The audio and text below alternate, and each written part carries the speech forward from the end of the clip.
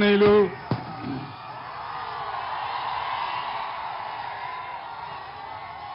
మన Medak parliament BRS అభ్యర్థి శ్రీ వెంకటరామరెడ్డి గారు, మాజీ మంత్రివర్యులు సిద్దిపేట ఎమ్మెల్యే హరీష్ రావు గారు, మన స్థానిక ఎమ్మెల్యే మీ అందరి ప్రియతమ నాయకుడు మహిపాల్ రెడ్డి గారు, నర్సాపూర్ ఎమ్మెల్యే సునీత మహిపాల్ రెడ్డి గారు, మన సంగారెడ్డి ఎమ్మెల్యే చింతా ప్రభాకర్ గారు, జడ్పీ చైర్మన్ మంజుశ్రీ జైపాల్ రెడ్డి గారు, ఫారూక్ హుస్సేన్ మాజీ ఎమ్మెల్సీ గారు, గౌరవనీయులు సత్యనారాయణ గారు ఎక్స్ఎమ్మెల్యే గారు, ఇంత భారీ సంఖ్యలో రాత్రి పొద్దుపోయినా కూడా హాజరైన మీ అందరికీ కూడా నా నమస్కారం. పార్లమెంటుకు ఎలక్షన్లు జరుగుతూ ఉన్నాయి. మనకు 10 o'clock లిమిట్ ఉంది. దయచేసి నినాదాలు చివరికి చెప్దాం. ఒక పావు గంట టైం దొరకాలా? మీరు కొద్దిగా సైలెన్స్ ఉంటే బెటర్. మీ అందరికీ తెలుసు పార్లమెంటుకి ఎలక్షన్లు జరుగుతూ ఉన్నాయి. ప్రధానమంత్రి నరేంద్ర మోడీ 10 సంవత్సరాల క్రితం గద్దెకెక్కితే ఒక 150 నినాదాలు చెప్పినాడు. 150 నినాదాలలో ఏ ఒక్క నినాదం కూడా నిజం కాలే. మీరందరూ చెప్పాలి, నేను అడుగుతా ఉన్నా. మోడీ గారు చాలా విషయాలు చెప్పినాడు. నేను గెలిస్తే విదేశాలలో ఉన్న నల్ల డబ్బు తెచ్చి ప్రతి ఇంటికి 15 లక్షలు ఇస్తానాడు. వచ్చినాయా 15 లక్షలు? పటాన్ చెరువులకు వచ్చినాయట కదనా? మీరవద్దామా నేనవద్దామా? రాలేదా అన్న? ఎక్కడ కూడా రాలే. సబ్కా సాత్ సబ్కా వికాస్ జరిగిందా? సత్యనాశ అయింది. మేక్ ఇన్ ఇండియా ఏమైనా వచ్చిందా? డిజిటల్ ఇండియా ఏమైనా జరిగిందా? అమృత్ కాల్ వచ్చిందా? అచ్చే దిన్ వచ్చిందా? డీజిల్ ధరలు పెరిగినాయి, పెట్రోల్ ధరలు పెరిగినాయి, గ్యాస్ ధరలు పెరిగినాయి. సామాన్యుల నడ్డి విరిగింది తప్ప అచ్చే దిన్ రాలే గాని సచ్చే దిన్ మాత్రం వచ్చింది. మళ్ళా ఇప్పుడు అదే గ్యాసు ఇక మేమేదో ఉద్ధరిస్తాం, 6 సందమామలు పెడతాం, 7 సూర్యులు పెడతాం, మళ్ళా మాకే గుర్తుంది అంటున్నారు. నమ్మచ్చునా? నమ్మే అవకాశం ఉందా? అంత ట్రాషు గ్యాసు. ఎప్పటికప్పుడు ఒక ఉల్టా నినాదం పెట్టుడు, పాకిస్తాన్తో పంచాయతీ అని చెప్పుడు. వాడు పాకిస్తాన్కి ఇంత బుట్క దేశం. జాడి చొక్కటి కొడితే 25 ఏళ్ళు మన దిక్కు చూడాడు. వాడిని చూపించి ప్రజలను ఎమోషనల్ బ్లాక్ మెయిల్ చేసి ప్రతిసారి ఓట్లు అందుకొనుడు, మన గ్యాస్ చెప్పుడు. మోడీ ఎజెండాలో, బీజేపీ ఎజెండాలో పేదల కష్టాలుండయి. ఏ కాలం లేదు, మనుకాలం లేదు, మధ్యాహ్న కాలం. పేదల కష్టాలుండయి. ధనికుల యొక్క బాధలు మాత్రం ఉంటాయి. ట్యాక్స్ మాఫీ చేస్తే అంబానీ అదానీలకు, పెద్ద పెద్ద కార్పొరేట్లకు 15 లక్షల కోట్లు మాఫీ చేసినాడు. కానీ పబ్లిక్ సెక్టర్ కంపెనీలన్నీ కూడా ఒకటి నోట్ల బుక్క పెడతా ఉన్నాడు. చివరికి ఎల్ఐసిని కూడా అమ్మేసే ప్రయత్నం చేస్తా ఉన్నాడు. రైల్వేని కూడా ప్రైవేట్ పరం చేస్తా ఉన్నాడు. విమానాశ్రయాలు ప్రైవేట్ పరం చేస్తా ఉన్నాడు. ఓడరేవులు పర్మిట్ ప్రయాణం చేస్తా ఉన్నాడు. మరి మొత్తం పోతే మనం ఎక్కడ పోవాలా? మన యువకులు ఎక్కడ పోవాలా? ఏం జరగాల ఈ దేశంలో? ఒక్క నినాదం కూడా కరెక్ట్ లేదు, ఒక్క మాట కూడా కరెక్ట్ లేదు. కాబట్టి దయచేసి ఆ నిశాలో పోకుండా ప్రజలు విజ్ఞులు ఆలోచన చేయాలని చెప్పి నేను కోరుతా ఉన్నా. ఊరికే గుడ్డిగా పోయి ఓట్లేస్తే మన పిల్లల భవిష్యత్తు పోతుంది. ఇప్పటికే దేశం పరుగు పోయింది. అంతర్జాతీయంగా చాలా దెబ్బతిన్నాం. ఏం లాభం జరగలే. ఏ ఒక్కలకు కూడా ఏ వర్గానికి లాభం జరగలే. ఒక పేదల గురించి కానీ, ఒక గిరిజనుల గురించి కానీ, ఒక మహిళల గురించి కానీ, ఫ్యాక్టరీలలో పనిచేసే కార్మికుల గురించి కానీ ఏ ఒక్క మంచి చట్టం తేలే, ఒక్క లేబర్ చట్టం కూడా మంచి చట్టం తేలే, కనీస జీతం పెంచాలని చట్టాలు తేలే. కానీ పెద్దలకు మాత్రం, పెట్టుబడిదారులకు మాత్రం కాపలా కాసే ప్రభుత్వం బీజేపీ ప్రభుత్వం. దయచేసి మీరు ఆలోచించాలని నేను కోరుతా ఉన్నా. ఇక మన స్థానికం, మన పటాన్ చెరువు నియోజకవర్గం. పటాన్ చెరువు నియోజకవర్గం ఏర్పడ్డప్పుడు 2 లక్షల చిల్లర ఓటర్లు ఇక్కడ ఉండేవాళ్ళు. ఇవాళ 4 లక్షలు దాటిపోయినారు. ఏం కారణం? ఏ కారణం వల్ల నిండిపోయినారు? ఏం కారణం అంటే మనం ఉన్నప్పుడు పెట్టినటువంటి బ్రహ్మాండమైన టీఎస్ ఐపాస్ ఇండస్ట్రియల్ పాలసీ కావచ్చు, ఒక నిమిషం కూడా పోకుండా, రెప్పపాటు కూడా పోకుండా ఇచ్చిన కరెంటు కావచ్చు, ఇక్కడ పరిశ్రమలు పెరుగుతా ఉన్నాయి. అందుకోసం దేశ నలుమూలల నుంచి వచ్చి బిడ్డలు ఇక్కడ నార్త్ ఇండియా కావచ్చు, వెస్ట్ ఇండియా కావచ్చు, ఈస్ట్ ఇండియా కావచ్చు, సౌత్ ఇండియా కావచ్చు, ఇక్కడ వచ్చి వాళ్ళ పొట్ట గడుపుకుంటా ఉన్నారు. బ్రహ్మాండమైన హబ్గా తయారైంది మన పటాన్ చెరువు. ఆ రకంగా ఉద్యోగ ఉపాధి అవకాశాలు ఇక్కడ పెరిగినాయి కాబట్టి ఇతరులు కూడా వచ్చి మన దగ్గర బతుకుతా ఉన్నారు. మనకు కూడా అవకాశాలు దొరుకుతా ఉన్నాయి, మనం కూడా బతుకుతా ఉన్నాం. మొన్న నేను వచ్చినప్పుడు మైపాల్ రెడ్డి గారిని అడిగిన, అంత హైదరాబాద్ అంతా పోయిందంటున్నారు, హైదరాబాదు పోయిందంటున్నారు, పటాన్ చెరువులో రియల్ ఎస్టేట్ ఎట్లుందని నేను అడిగిన. ఈయన కూడా కుప్ప అయిపోయింది సార్, గోవింద అయింది అని చెప్తా ఉన్నారు. ఎందుకు, ఏం కారణం? పటాన్ చెరువులో కావచ్చు, మన కొల్లూరులో కావచ్చు, హైదరాబాద్లో కావచ్చు, మొత్తం సిటీలో కావచ్చు, ఈ ముఖ్యమంత్రి వచ్చిన కాడి నుంచి ఒక్క పర్మిషన్ కూడా ఇస్తలేడు. ఆయనకు స్క్వేర్ ఫీట్కు 75 రూపాయలు ఇవ్వాలన్నట. రియల్ ఎస్టేట్ కడితే స్క్వేర్ ఫీట్కు 75 రూపాయలు ఇవ్వాలి. ఇస్తే ఏమవుతుంది? అది మళ్ళా మన నెత్తినే పడుతుంది, బరువు ప్రజల మీదనే పడుతుంది. ఆయనకు మాత్రం 75 రూపాయలు స్క్వేర్ ఫీట్ కట్టానట. దాంతో రియల్ ఎస్టేట్ మొత్తం కుప్పగూలిపోయినది. ఎంత అద్భుతంగా ఉండే రియల్ ఎస్టేటు. ఒక గజం ధర ఎంత ఉండే పటాన్ చెరువులో? ఇవాళ అడిగేవాడు కూడా ఉన్నారా? రియల్ ఎస్టేట్ డౌన్ అయిందా? ఎవరు దీనికి కారణం? జై కాంగ్రెసేనా? కాంగ్రెసే కారణం కదా. అదేవిధంగా పటాన్ చెరువులో ఒకప్పుడు కలుషిత జలాలుండి ప్రజలకు చాలా అనారోగ్యం వచ్చేది. మిషన్ భగీరథ వచ్చిన తర్వాత బ్రహ్మాండంగా ప్రతి ఇంటికి నల్లా పెట్టి పరిశుభ్రమైన జలాలు అందించింది బీఆర్ఎస్ ప్రభుత్వం. మీ అందరికీ కూడా ఆ విషయం తెలుసు. మళ్ళా ఈరోజు నీళ్లు తక్కువైతా ఉన్నాయి, ఇబ్బందులు పెట్టే పరిస్థితి చేస్తా ఉన్నారు. మీరందరూ చూస్తున్నారు, మీ కళ్ళ ముందరనే ఉంది.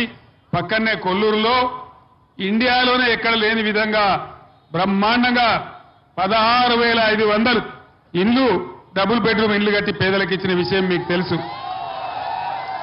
అయింది కదా కొల్లూరులో, మీ పక్కనే జరిగింది. ఇవాళ వీళ్ళు అవన్నీ కూడా ఏం కాలేదని అబద్ధాలు చెప్పి ఎంతసేపు కేసీఆర్ను బదనాం చేయాలని అన్ని రకాల ప్రయత్నాలు చేస్తా ఉన్నారు. ఎలక్షన్లలో అరచేతిలో వైకుంఠం చూపించి 6 ప్రధాన గ్యారంటీలు, 420 హామీలు ఇచ్చినారు. ఒక్కటన్నా నెరవేరిందా? ఒక్క ఫ్రీ బస్సు మాత్రం చేసినారు ఆడవాళ్లకు. దాంతోని వాళ్ళు జుట్లు ముడేసుకొని కొట్టుకుంటా ఉన్నారు. ఆడవాళ్ళేమో తండ్రికస్తున్నారు, ఆటో రిక్షా కార్మికులేమో ఆత్మహత్య చేసుకుంటా ఉన్నారు. వాళ్ళ బాధలు బతుకులు చెప్పలేకుండా అయిపోయినాయి. ఈ విధంగా అది ఒక్కటి తప్ప ఏ ఒక్కటి కూడా చేయలే. ప్రతి మహిళకు 2,500 రూపాయలు వచ్చినాయా? రాలేదా? మీలో కొందరు రైతులు కూడా ఉండవచ్చు, రైతు బంధు వచ్చిందా? అది కూడా రాలే. వ్యవసాయ కూలీలకు 1,200 రూపాయలు వచ్చినాయా? 2 లక్షల రుణమాఫీ అయ్యిందా? కాలేదా? మహిళలకు 2,500 వచ్చినాయా? పెన్షన్ 2,000 పోయి 4,000 అయిందా? 4,000 కాలే కానీ పాత 2,000నే ఒక నెలది కోత కోసినారు, జనవరి నెలది ఎగబెట్టినారు. ఏమయ్యా ముఖ్యమంత్రి, ఏం సంగతి అంటే కనపడ్డ దేవుని మీదల్లా ఒట్టిగా, దేవుడు ఎదురవుడే కష్టమిగా, దేవుళ్ళ మీద ఒట్లు, కేసీఆర్ మీద తిట్లు. ఇవన్నీ ఎందుకు చేయవు? నువ్వు జూటా హామీలు చెప్పినావంటే కేసీఆర్ ని గుడ్లు వీక్తా గోటీలు ఆడుకుంటా కేసీఆర్ ని పేగులు తీసి మెడలేసుకుంటా ఆఖరికి నీ ముడ్డి మీద షెడ్డి కూడా గుంజుకుంటాడు ఆయన. షెడ్డి ఏం చేసుకుంటాడో నాకు అర్థం కాలేదు. అంతే కదా, ఈ విధంగా రైతులను మోసగించి విద్యార్థుల ఫీజు రియంబర్స్మెంట్ స్కీమ్ అది పెట్టాలి. 5 నెలల నుంచి రూపాయి కూడా ఇస్తలేదు. సోషల్ వెల్ఫేర్ హాస్టళ్లలో కలుషిత ఆహారం తిని విద్యార్థులు హాస్పిటల్ పాలవుతా ఉన్నారు. దాన్ని పట్టించుకునే గతి లేదు. మనం ఆనాడు పేద పిల్లలు చదువుకోవాలని, విదేశాలకు పోవాలని, పెద్ద చదువులు వాళ్ళకి రావాలని అంబేద్కర్ పేరు మీద, జ్యోతిరావు పూలే పేరు మీద 20 లక్షల స్కాలర్షిప్ ఇచ్చినాం. 5 నెలల నుంచి దాన్ని కూడా బంద్ పెట్టినారు. కేసీఆర్ కిట్ బంద్ అయినది. హరీష్ రావు ఆరోగ్య మంత్రి ఉన్నప్పుడు న్యూట్రిషన్ కిట్ తెచ్చినాడు, దాన్ని కూడా బంద్ పెట్టినారు. అన్ని బందే, ప్రతిది కూడా బందే. చివరికి ఇంకో మాట చెప్పినారు, మనం ఆ రోజు పేద పిల్లల లగ్గాల కోసం 1 లక్ష రూపాయలు ఇచ్చి వాళ్ళని ఆదుకున్నాం. పేదలకు ఆరోగ్యం ఖరాబ్ అయితే సీఎంఆర్ఎఫ్ ఇచ్చి ఆదుకున్నాం. వీళ్ళేం చెప్పినారు ఎలక్షన్లలో, 6 గ్యారంటీలలో కేసీఆర్ 1 లక్ష రూపాయలు ఇస్తాడు, మేము తులం బంగారం ఇస్తామన్నాడు. తులం బంగారం వచ్చిందా? పటాన్చర్లు వచ్చిందట కదనా, రాలేదా? రాలే. తులం బంగారం కూడా రాలే. సీఎంఆర్ఎఫ్ కూడా బంద్ అయిపోయింది. అప్పుడు మైపాలని తెచ్చి నెలకు 300-400 మందికి పేదల కోసం నాతో శాంక్షన్ తెచ్చి మీకు ఇచ్చేవాడు. ఈరోజు అది కూడా బంద్ అయిపోయింది. ఈ రకంగా రైతులు పండించిన పంటలకు దిక్కులేదంటే వడ్లు కూడా కొనకుండా అమ్మైపోయే పరిస్థితి లేదు. ఆనాడు బీఆర్ఎస్ ఉన్నప్పుడు రైతులు నిలబడాలని వాళ్ళకు రైతు బంధు ఇచ్చి, రైతు బీమా ఇచ్చి, ఫ్రీ కరెంట్ ఇచ్చి బ్రహ్మాండంగా తయారు చేసినాం. తడిచిపోయిన వడ్లు కూడా కొన్నాం, రైతాంగాన్ని నిలబెట్టినాం. ఈరోజు ఈ రాష్ట్ర ప్రభుత్వం అన్ని వర్గాల ప్రజలను మోసం చేసి మంచిగున్న తెలంగాణను ఆగమాగం చేసింది. కరెంటు కోతలు ఇలా చందానగర్లో, మీ పక్కనే ఉంటుంది బిహెచ్ఎల్ దగ్గర, చందానగర్లో ప్రజలందరూ కూడా 24 గంటల నుంచి కరెంటు రాకపోతే వాళ్ళు పోయి సబ్స్టేషన్ మీద దాడి చేసినారు. హైదరాబాద్ లో కరెంటు కోతలు, కరెంట్ ఎప్పుడు వస్తుందో ఎప్పుడు రాదో తెలియదు. పారిశ్రామికవేత్తలు కూడా లాభం లేదు మేము పోతామని బిస్తర్ కడతా ఉన్నారు, ఇక్కడి నుంచి వెళ్ళిపోతా ఉన్నారు. కార్నింగ్ అనే సంస్థ 1000 కోట్లు పెట్టుబడులు పెడతాను వచ్చి మన ప్రభుత్వంలో వచ్చింది. పని స్టార్ట్ చేయకుండా ఈ ప్రభుత్వ వైఖరి కరెంటు కోతలు చూసి వాళ్ళు తమిళనాడు కూడా వెళ్ళిపోయినారు. మరి ఇదే గతి జరిగితే మన గతి ఏం కావాలి ఒక్కసారి దయచేసి మీరు ఆలోచించాలి. నరేంద్ర మోడీ ఈ రోజు కృష్ణా గోదావరి నీళ్లు నేను తమిళనాడుకు తరలిస్తా అంటా ఉన్నాడు. అంటే మన నదుల నీళ్లు కూడా పోయే ప్రమాదం వస్తా ఉంది. ఈ ముఖ్యమంత్రి ఏమో మాట కూడా మాట్లాడతలేడు. నరేంద్ర మోడీ నువ్వు బడే బాయ్, నేను చోటే బాయ్ అని మాట్లాడుతా ఉన్నాడు. చాలా పెద్ద ప్రమాదం ఉంది. ఈ ప్రమాదం నుంచి తెలంగాణ కాపాడుకోవాలంటే ఉద్యమ టైంలో నేను పటాన్ చెరువుకు చాలా సార్లు వచ్చిన, మీరందరూ కూడా ఉప్పెనలాగా లేచినారు. ఆనాడు బ్రహ్మాండమైన ఉద్యమం నిర్మాణం చేసినాం. ఆ ఉద్యమం పుణ్యమే మనకు తెలంగాణ వచ్చింది. ఆ తెలంగాణ ప్లీజ్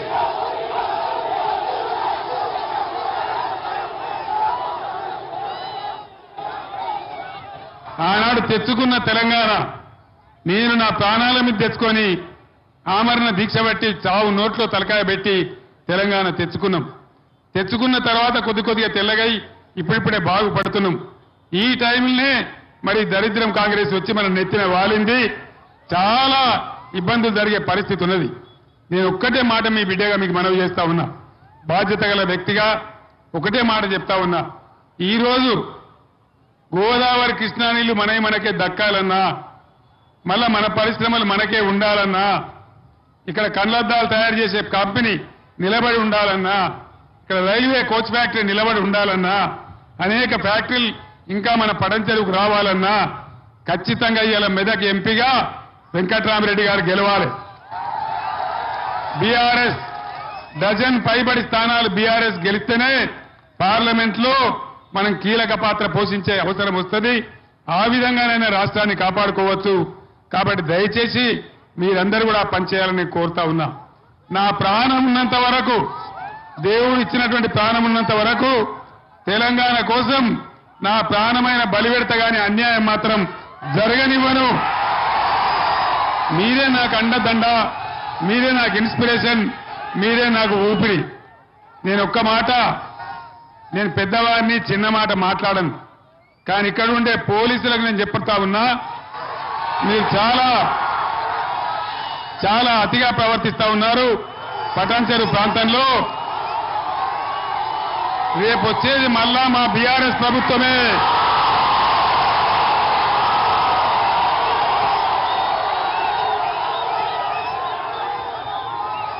ఒక్క మాట, నేను పోలీసు గురించి చెప్తే స్పందన ఎట్లా ఉన్నదో పోలీసులు చూస్తా ఉన్నారు. మీరు అతి ప్రవర్తన చేస్తే మట్టుకు మళ్ళా వచ్చేది బీఆర్ఎస్ ప్రభుత్వమే. జాగ్రత్త, జాగ్రత్త హెచ్చరిస్తా ఉన్నా. మేము ఆనాడు లాఠీలకు, లూటాలకు, తుపాకులకు, జైళ్లకు భయపడితే తెలంగాణ వచ్చేదే కాదు. వచ్చునా తెలంగాణ? మనమేనా భయపడేది? కాబట్టి జాగ్రత్త, అతిగా పోకండి. మీ డ్యూటీ మీరు చేసుకోండి, మీకు రాజకీయాలు అవసరం లేదు. కాబట్టి జాగ్రత్త ఉండమని నేను పోలీసు సోదరులకు చెప్తా ఉన్నా. మీ అందరినీ నేను కోరేది ఒకటే, మన ఐకమత్యమే మనకు శ్రీరామ రక్ష. అందరం కలిసే ఆనాడు తెలంగాణ తెచ్చుకున్నాం. ఈనాడు ఈ దుర్మార్గ కాంగ్రెస్ నుంచి, దుర్మార్గ బీజేపీ నుంచి తెలంగాణను రక్షించుకోవాలంటే డజన్ పైబడి స్థానాలు మనం గెలవాలి. వెంకట్రామరెడ్డి ఒక రిటైర్డ్ ఐఏఎస్ ఆఫీసర్, ఇదే జిల్లాలో కలెక్టర్గా పనిచేసిన వ్యక్తి. నేను గెలిస్తే 100 కోట్లతో ట్రస్ట్ పెట్టి పేద విద్యార్థులకు చదువు చెప్పిస్తా అని చెప్పినాడు. ప్రతి నియోజకవర్గంలో ఆయన సొంత నిధుల నుంచి, గవర్నమెంట్ నిధులు కాదు, ఆయన సొంత నిధుల నుంచి ఒక కళ్యాణ మండపం కట్టించి ₹1 పేదలకు లగ్గం చేపిస్తా అని చెప్పినాడు. ఇట్లా ఎవరు చెప్పలే, ఎంపీ కూడా చెప్పలే, ఎంపీ కాకముందు చెప్పలే. మరి ఈ ఎంపీ గెలిస్తే మీకు ఒక మాజీ ఐఏఎస్ అధికారి, కలెక్టర్గా పనిచేసిన అనుభవం ఉన్న అధికారి మీకు వస్తారు. కాబట్టి ఆయన ఉండేది కూడా వెంకటరామరెడ్డి ఎక్కడో మీకు దూరంలో ఉండడు, ఈయన్నే కొల్లూరులో ఉంటాడు, మీ పక్కనే కొల్లూరులో ఉంటాడు. అన్నా అంటే నేను ఉన్నాను మీకు వస్తాడు, మీ పక్కనే ఉంటాడు. కాబట్టి విద్యాధికుడు, చదువుకున్నవాడు, ఆయనకి బాగా ఆస్తిపాస్తులున్నాయి. డబ్బుల కోసం రాలే, పలుకుబడి కోసం కూడా రాలే. ఆయన ఆల్రెడీ ఎమ్మెల్సీ కూడా ఉన్నాడు. ఆయన కొత్తగా ఆశపడి రాలే. వెంకటరామరెడ్డి నిలబడతా నేను అడగలే, నేనే అడిగినా. ఇది పెద్ద ఏరియా, మెదక్ నియోజకవర్గం, మీలాంటి వ్యక్తి ఉండాలి, చదువుకున్న వ్యక్తి ఉండాలని నేనే అడిగినా, నేనే నిలబెట్టా. కాబట్టి నా మాటను గౌరవించి దయచేసి మీరు వెంకటరామరెడ్డిని గెలిపించాలని నేను కోరుతా ఉన్నా. मेदक पार्लियामेंट हल्के के सारे मुसलमान बुजुर्गों को, भाइयों को, बहनों को मैं सलाम करता हूं और अब तमाम लोगों से अदबन गुजारिश करता हूं, आज इस पार्लियामेंट इंतखाबात में बीआरएस का ताउन कीजिए, बीआरएस के लोगों को जिताइए। ये बात इसीलिए कहता हूं, बीआरएस एक सेक्युलर तहरीक है। 10 साल में हमारे हुकूमत में एक भी दंगा फसाद हमने नहीं होने दिया। पार्लियामेंट जब तेलंगाना के जद्दोजहद चल रहा था, कई बार मैं यहां आया पटानचेरू में, उन दिनों में कह रहा था अल्लाह के घर में देर है लेकिन अंधेर नहीं है। अल्लाह का करम हुआ, तेलंगाना हासिल हुआ। मैं आप लोगों से एक बात कहना चाहता हूं, कांग्रेस मेदक हल्का में तीसरे नंबर पे है। यह मुकाबला हमारा बीजेपी के साथ है। कहीं आप गुमराह होके कांग्रेस को डालेंगे तो अननेसेसरली बीजेपी जीत जाएंगे। इसीलिए सोचिए, हर चीज को जानिए, इसके हिसाब से काम लीजिए। और यहाँ के जो कायद है हमारे वेंकटरामरेड्डी साहब, साबिका कलेक्टर है, एक रिटायर्ड आईएएस ऑफिसर है, वो उनके सदारत में मेदक पार्लियामेंट का काफी तरक्की होगा। इसीलिए मैं सारे भाइयों से गुजारिश करता हूं, बीआरएस सेक्युलर पार्टी को जिताइए। हम जिंदगी भर सेक्युलर रहेंगे, इतना मैं वादा करता हूं। इतना कहते हुए मैं आपसे रुखसत होता हूं। సోదరులారా, టైం దగ్గరకు వస్తా ఉంది, ఎన్నికల నిబంధన మీరందరూ కూడా మైపాల్ రెడ్డి గారి నాయకత్వంలో పెద్ద ఎత్తున మీరందరూ స్వాగతం తెలిపి సభను విజయవంతం చేసిన దానికి ప్రతి ఒక్కరికి ధన్యవాదాలు తెలియజేస్తూ నేను సెలవు తీసుకుంటా ఉన్నా। జై తెలంగాణ, కారు గుర్తుకే జై తెలంగాణ। ధన్యవాదాలు।